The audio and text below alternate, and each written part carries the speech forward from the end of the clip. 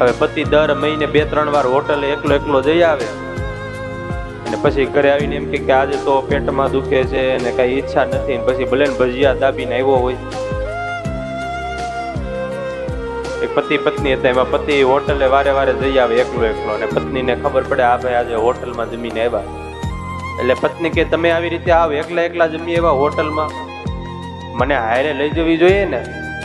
એટલે પતિ કે તું ને હું આપણે બે એક જ છીએ ને, હું ખાવ તું ખાવ એક જ કહેવાય.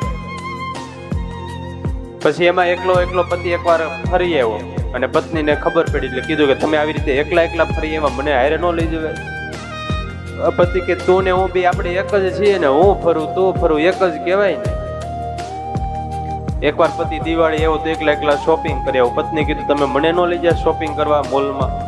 તો કે હું ને તું આપણે બે એક જ છીએ ને, હું શોપિંગ કરું તું કરું બધું એક જ કહેવાય ને. અને એમાં એક દિવસ સાંજે પત્ની વેલા હેર બધું જમીન હકેલો કરીને હુઈ ગયા અને પતિદેવ ઘરે આવ્યા, હરખીથી ભૂખ લાગી છે. એટલે પતિ કે જમવાનું? તો કે તો હું જમી ગઈ બધું પૂરું. તો કે મારે જમવાનું ન હોય, મારી હાટું કઈ ન રાખું, તું ને હું બે આપણે એક જ છીએ ને, હું ખાવ તું ખાવ, એમાં બધું આવી ગયું.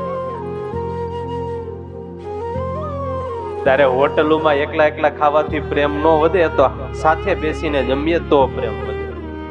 એકબીજાનો મહિમા સમજે, એકબીજાના ગુણ વિચારે, એકબીજાને સમય આપે તો સંબંધમાં પ્રેમ આવે.